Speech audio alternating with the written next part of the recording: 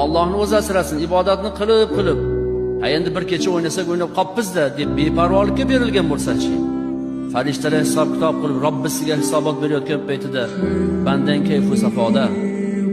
Bugun seni unutdi, namozlari qazo bo'ldi, xuftonni ham o'qimadi, bomdodga ham uxlab qoldi.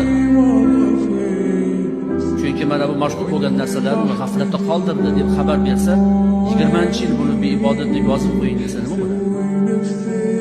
Chunki ishlar xotimasi bilan bo'ladi, hisob-kitob. Shuning uchun payg'ambarimiz alayhisolatu vassalom asr paytiga borganda zikrni ko'paytirar ekanlar, duoni ko'paytirar ekanlar. Chunki asr vaqti o'tgandan keyin bugun kun yakunlanib, ertangi kun boshlanadi. Har bir kunning nihoyasi yaxshi bo'lsin degan ma'noda qattiq e'tibor berganlar. Haftaning nihoyasi-chi, payshanbadan jumaga o'tar kechasi bo'ladi. Kecha xuddi shunday kecha bo'ldi, alhamdulillah. Bir haftalik ibodatlar qabul qilinadigan kechada kim nima bilan mashg'ul bo'ldi? Namoyi amaliga o'sha narsa yozildi.